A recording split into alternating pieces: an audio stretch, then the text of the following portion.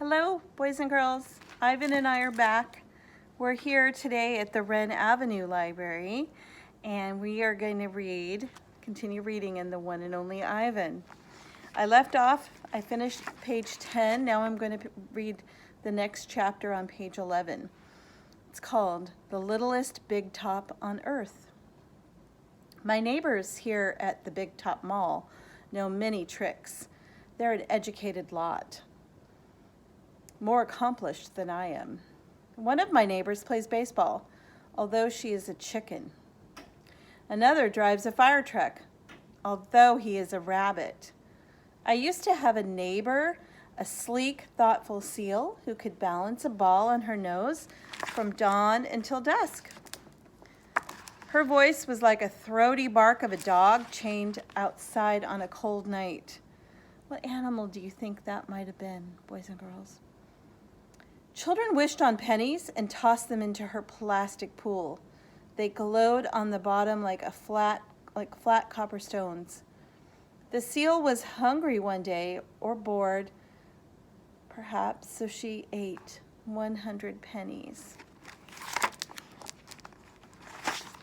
Mac said she'd be fine. He was mistaken. Mac calls our show The Littlest Big Top on Earth. Every day at 2, 4, and 7, humans fan themselves, drink sodas, applaud, babies wail. Mac, dressed like a clown, pedals a tiny bike. A dog named Snickers rides on Stella's back. Stella sits on a stool. It is a very sturdy stool. I don't do any tricks. Mac says it's enough for me to just be me. Stella told me that some circuses move from town to town. They have humans who dangle on ropes, twining from the top of tents. They have grumbling lions with gleaming teeth and a snake line of elephants, each clutching the limp tail in front of her. The elephants look far off into the distance so they won't see the humans who want to see them. Our circus doesn't migrate. We sit where we are, like an old beast too tired to push on. After our show, humans forage through the stores. A store is where humans buy things that they need to survive. At the Big Top Mall, some stores sell new things like balloons and t-shirts and caps to cover the gleaming heads of humans. Some stores sell old things, things that smell dusty and damp and long forgotten. All day I watch humans scurry from store to store. They pass their green paper, dry like old leaves and smelling of 1,000 hands, back and forth and back and again. The green paper, boys and girls, money. They hunt frantically, stalking, pushing, grumbling. Then they leave, clutching their bags filled with things, bright things, soft things, big things. But no matter how full the bags, they always come back for more. Humans are clever indeed. They spin pink clouds you can eat. They build domains with flat waterfalls. But they are lousy hunters. Gone. Some animals live privately, unwatched. But that is not my life. My life is flashing lights and pointing fingers and uninvited visitors. Inches away, humans flatten their little hands against the walls of glass that separate us. The glass says, you are this, and we are that, and that is how it will always be. Humans leave their fingerprints behind, sticky with candy, slick with sweat. Each night, a weary man comes to wipe them away. Sometimes I press my nose against the glass. My noseprint, like your fingerprint, is the first and last and only one. The man wipes the glass, and then I'm gone. Artists. Here in my domain, I don't have much to do. You can only throw so many meatballs at humans before you get bored. A meatball is made by rolling up dung until it's the size of a small apple, and then letting it dry. I always keep a few on hand. Dung, boys and girls, is another word for his poop. So he calls meatballs That's basically his dried up poop that he's throwing at people. For some reason, my visitors never seem to carry any. Yeah, we don't really carry our poop around with us, do we? Thank God. In my domain, I have a tire swing, a baseball, a tiny plastic pool filled with dirty water, and even an old TV. I have stuffed toy gorilla, too. Julia, the daughter of the weary man who cleans the mall each night. She gave it to me. Aw, Ivan. She has a stuffed Ivan, too. Or, I'm sorry, he. Ivan is a boy, Miss Mullen. The gorilla has empty eyes and floppy limbs, but I sleep with it every night. I call it Not Tag. Tag was my twin sister's name. Julia is 10 years old. She has hair like black glass and a wide half-moon smile. She and I have a lot in common.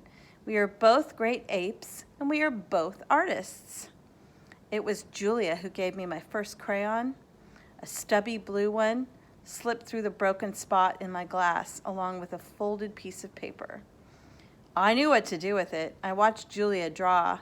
When I dragged the crayon across the paper, I left a trail in its wake, like a slithering blue snake.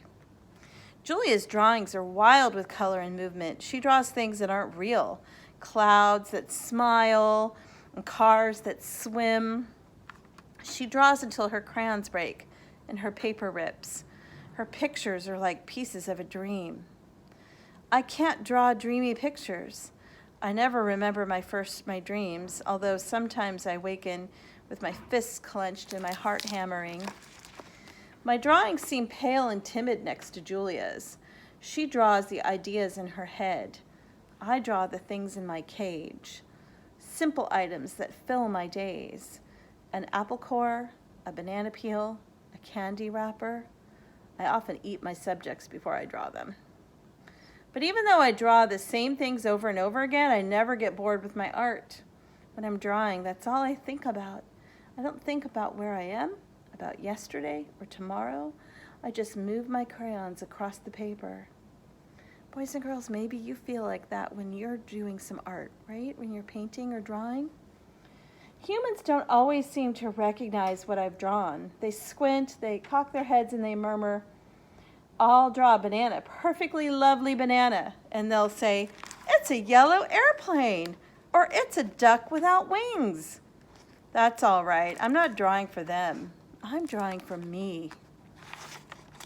Max soon realized that people will pay for a picture made by a gorilla, even if they don't know what it is. Now I draw every day. My work sells for $20 a piece, $25 with a frame, at the gift shop near my domain. If I get tired and need a break, I eat my crayons. Shapes and clouds. I think I've always been an artist.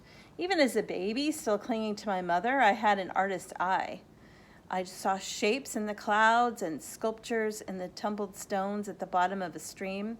I grabbled at colors, the crimson flower just out of reach, the ebony bird streaking past. I don't remember much about my early life, but I do remember this.